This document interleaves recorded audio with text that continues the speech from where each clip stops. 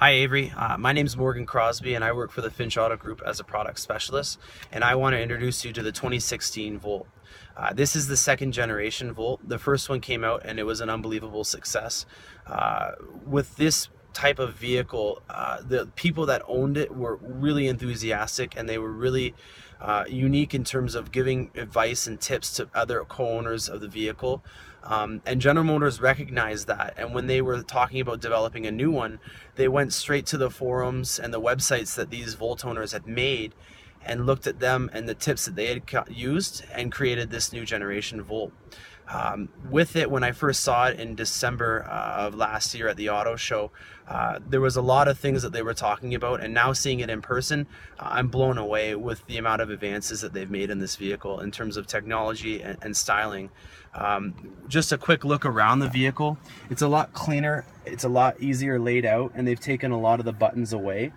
The integration for your phone is flawless. If you have an iPhone or a smartphone, what you'll see is something called Apple CarPlay, and on this system you basically have your phone projected onto the screen.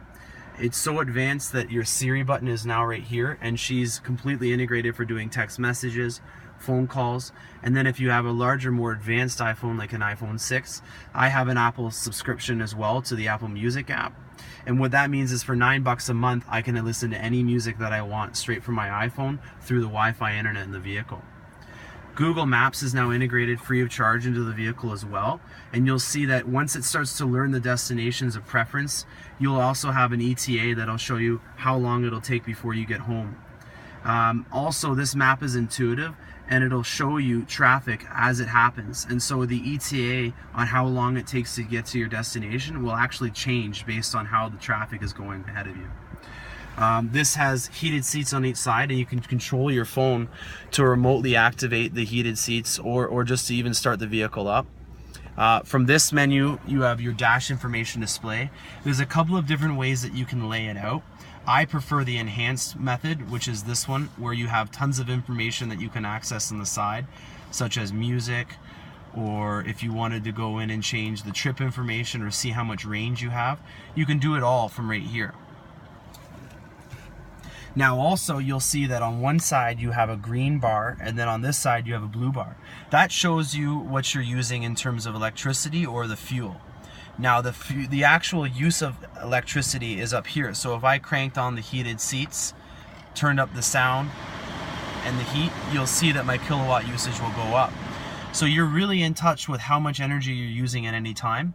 And if that wasn't cool enough, this ring around the vehicle, it actually will change colors to let you know on how efficient you're driving. So if you're braking aggressively and you're regenerating it at a higher rate than it likes, or you're aggressively accelerating, that ring will change colors to let you know that you can improve your efficiency and your range by driving a little bit less aggressive. So on your steering wheel, you have your Siri button to accept and hang up phone calls, or to ask it to do anything from a geotag reminder, or to go into your text messages and send a message, or just to even call someone. You have a heated steering wheel, and then you'll also locate your favorites from right here. Now there's a couple different modes that you can use on your Volt. Let's say you're going to Toronto and you want to hold all your electricity until you get into the city. You're going to put it on the hold mode, which means that it's going to shut off all the electricity and use the generator motor, which now uses regular pump gas, all the way to Toronto. So I have almost a full tank and I have 500 kilometers on just the fuel generator motor. And then when I get back into the city, I can put it into normal mode and use the 81 kilometers that I have on all electric range. So I think that that's an awesome feature, that I can use the electricity when I want, where I want it. The integration of your smartphone into the display through that projection Apple CarPlay or Android Auto is an awesome feature to have. And then another cool peer review that they've changed for this model is there's now no hump located in the center. So it's now a 5-seater vehicle. You have two power charging USBs down here, an auxiliary cable, and then another 12 volt. In here you have plenty of storage, and up top you have all LED lights, and your OnStar system is here as well.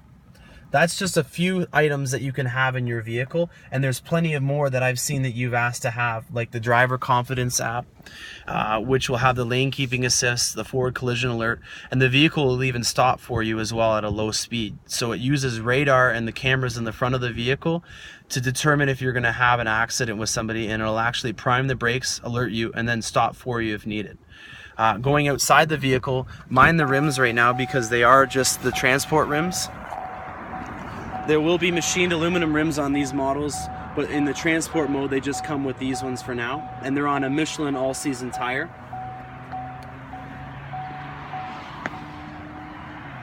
I'm really impressed with the looks of the vehicle. They've done a lot of styling cues that are really different from anything else that I've seen on the road.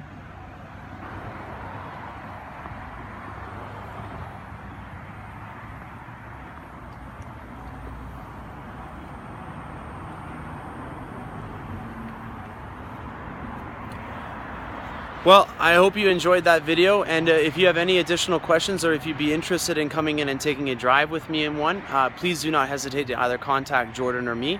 Thanks a lot, Avery, and I look forward to hearing from you.